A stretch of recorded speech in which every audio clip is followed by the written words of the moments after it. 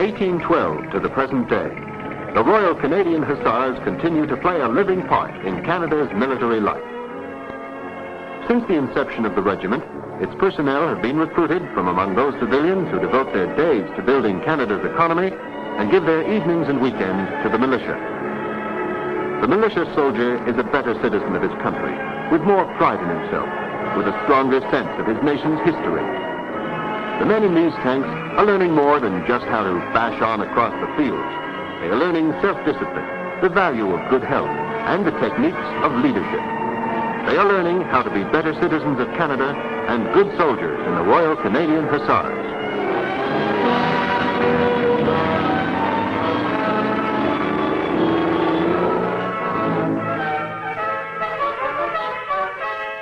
Approaching Mount Royal, you can see the Hussars' main armoury, a familiar landmark in Montreal.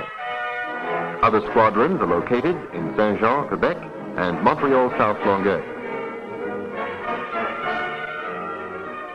The main armoury was built in 1935. When completed, it was the most up-to-date of its kind in Canada. The Royal Canadian Hussars have carried on the tradition of advanced thinking. On Tuesday and Thursday evenings, student tank commanders using a modern tactics trainer gain skill in directing their tanks and crews by radio in classroom conditions. The student meets the problems he will face in the field and gets his first insight into the ways in which they can be solved.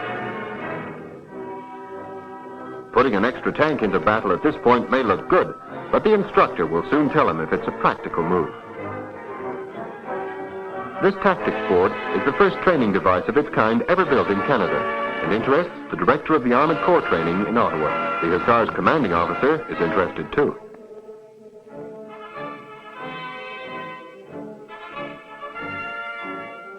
The student learns that he must often take cover, but he must also be able to shoot as well. Can the gun fire from this position?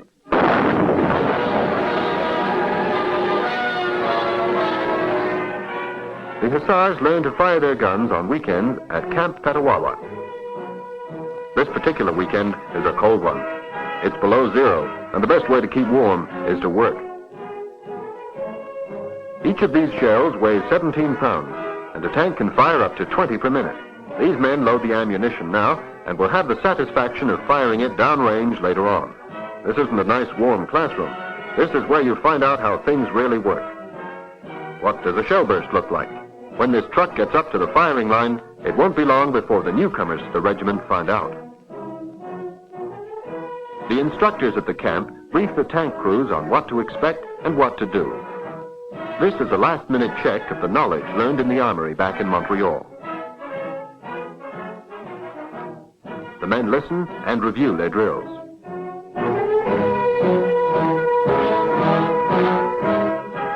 All precautions are taken. As the first crews line up, the last of the ammunition is unloaded. And now, mount up. The welcome order starts things moving. When everybody is set, the range safety officer orders firing to start.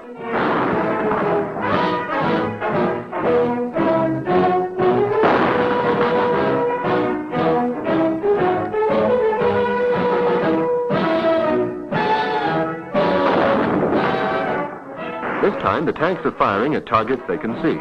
This is called a direct shoot.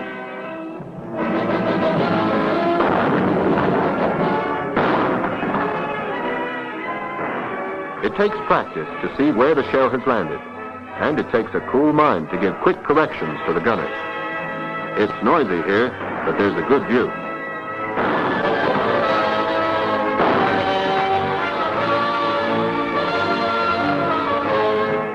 The men find that practice improves their aim.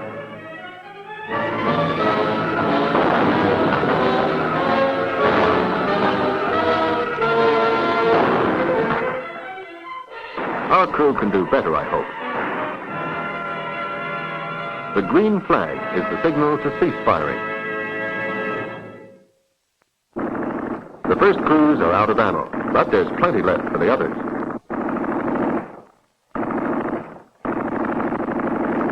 Another important weapon carried by these modern steeds is the machine gun. It is only as accurate as the man in the turret makes it.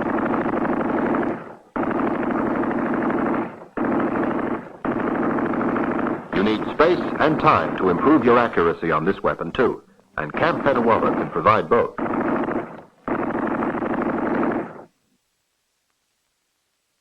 The elevated gun shows the safety officer that they have no more ammunition.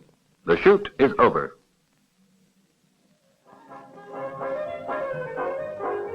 The Army has never claimed to offer dining room service equal to that found in Montreal's better hotels.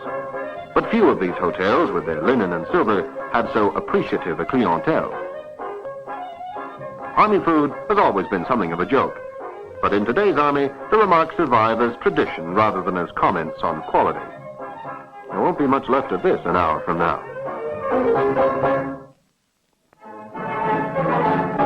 In addition to its military function, the regiment has an important social life, and all ranks participate in many wintertime activities. The biggest of these is the annual Cavalry Ball, one of the major events of Montreal's social calendar.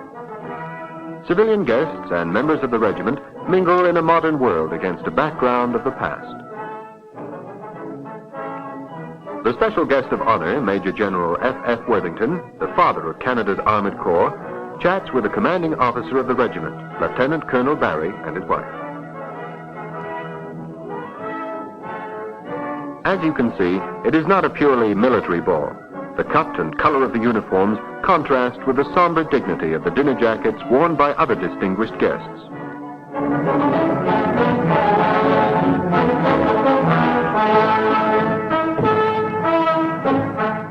Mrs. Worthington. Major General Frank Fleury, General Officer commanding Quebec Command, with his wife. Former commanding officers of the regiment also turn up.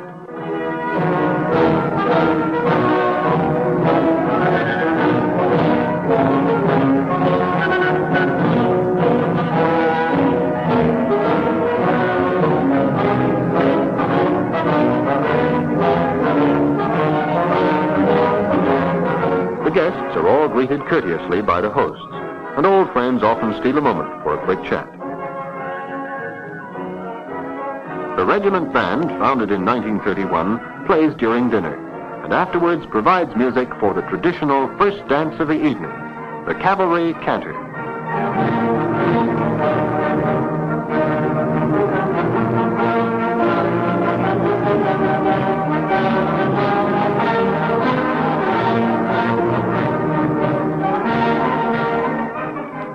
For the ladies of the regiment, occasions such as this offer an opportunity to take part in the military life. They usually make the most of this opportunity, and the ball gowns do their best to rival the splendor of the uniforms.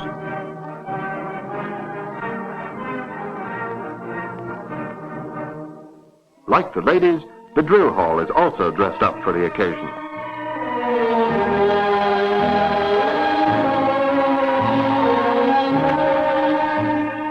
After the cavalry canter, the dancing begins in earnest.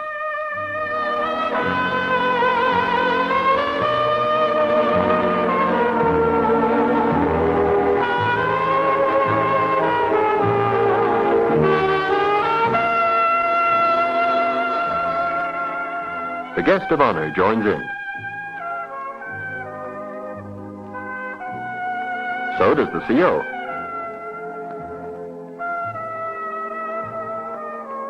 The cavalry ball provides a moment of gallantry in a utilitarian world.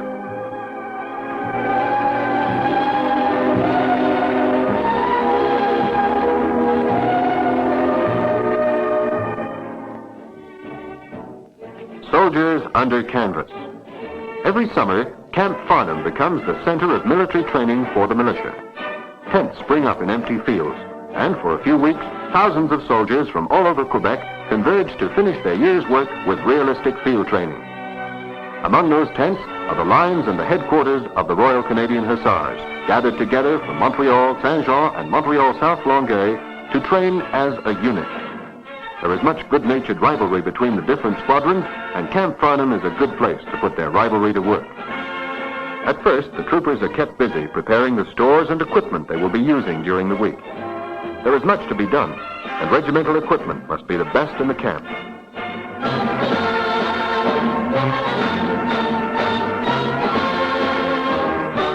And the regiment must have wireless.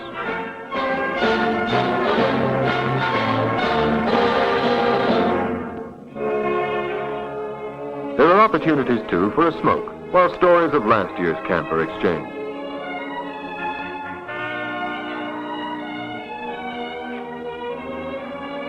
In the modern Army, communications are vital to enable fast-moving elements of the Hussars to maintain contact with their commander. The men are making sure that in the exercise coming up, these sets will work.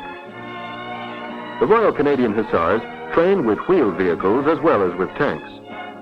Part of their job is to provide the Army with skilled ground reconnaissance.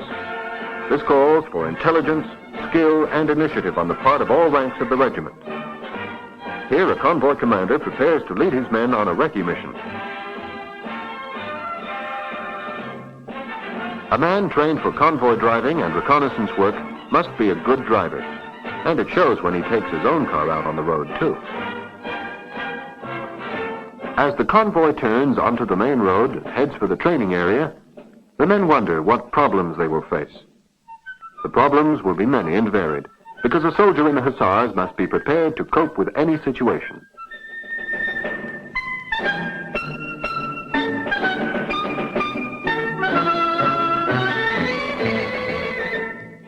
This is where the exercise starts, and from here the trucks will be directed to their tasks.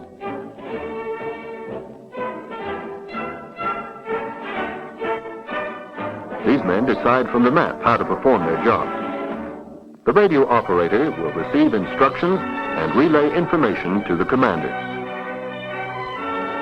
Convoys turn onto the secondary roads to give men practice in map reading while on the move.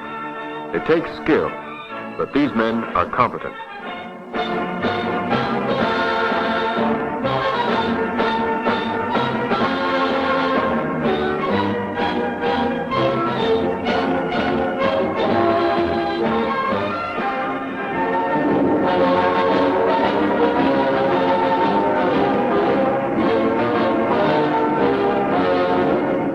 The commanding officer of the Hussars directs the exercise by radio.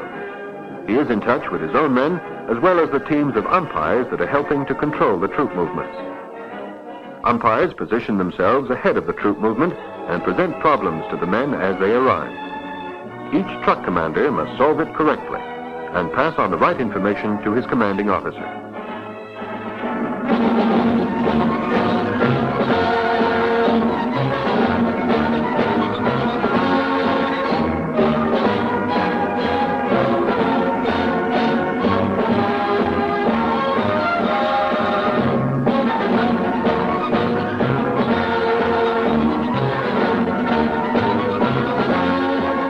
With trucks scattered all over the countryside, strict control is exercised by wireless. That's probably a report coming in now. All information is entered on the battle map. While the recce squadron is standing out over the training area outside camp, the rest of the regiment is busy with the tanks. Here the crews are topping up their tanks with diesel fuel.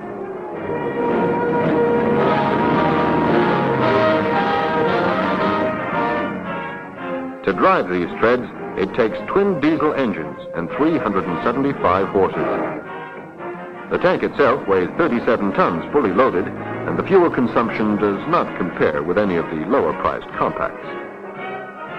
This tank gets about 2 miles to the gallon.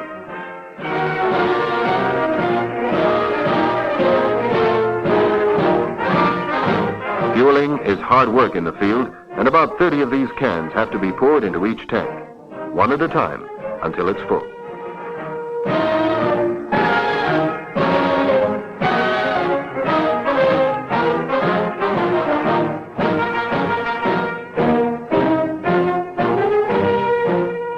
A job well done, until the next time. The tanks go from the fueling point to the next area, where they will practice driving and tactics.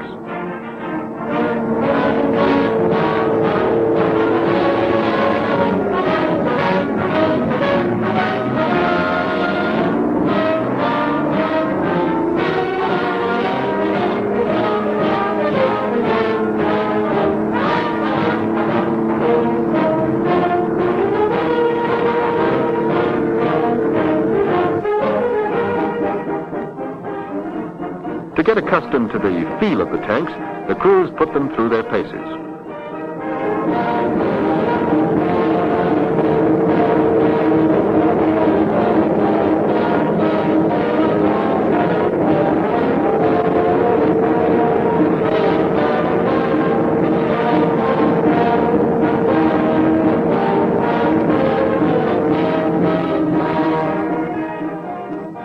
Informal inspections are also part of the camp life. With the Hussars in the field, there is seldom any fault to find. This time, the inspecting officer is Colonel Prieur, 10 Militia Group Commander.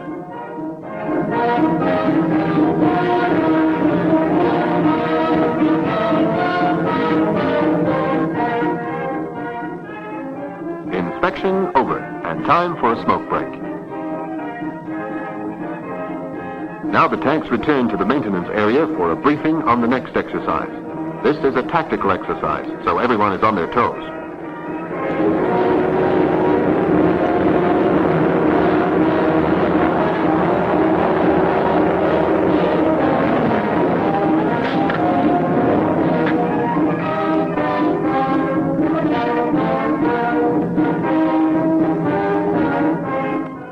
Orders are clear and concise. Every crew member must know exactly what is being done and why it is being done.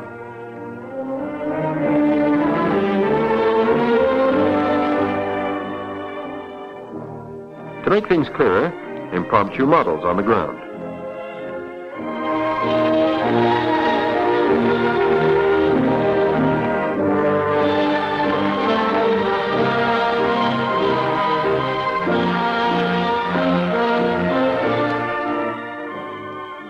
Final details settled, the tank commanders are ready. The order to mount up.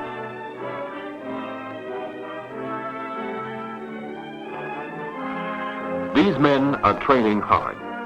It's not for pay and it's not for glory. They enjoy the comradeship of the regiment, the close-knit relationship between officers and men. They realize that in the Royal Canadian Hussars, the harder they work for the regiment, the greater benefit they will gain for themselves. That's the way it's been for over 150 years.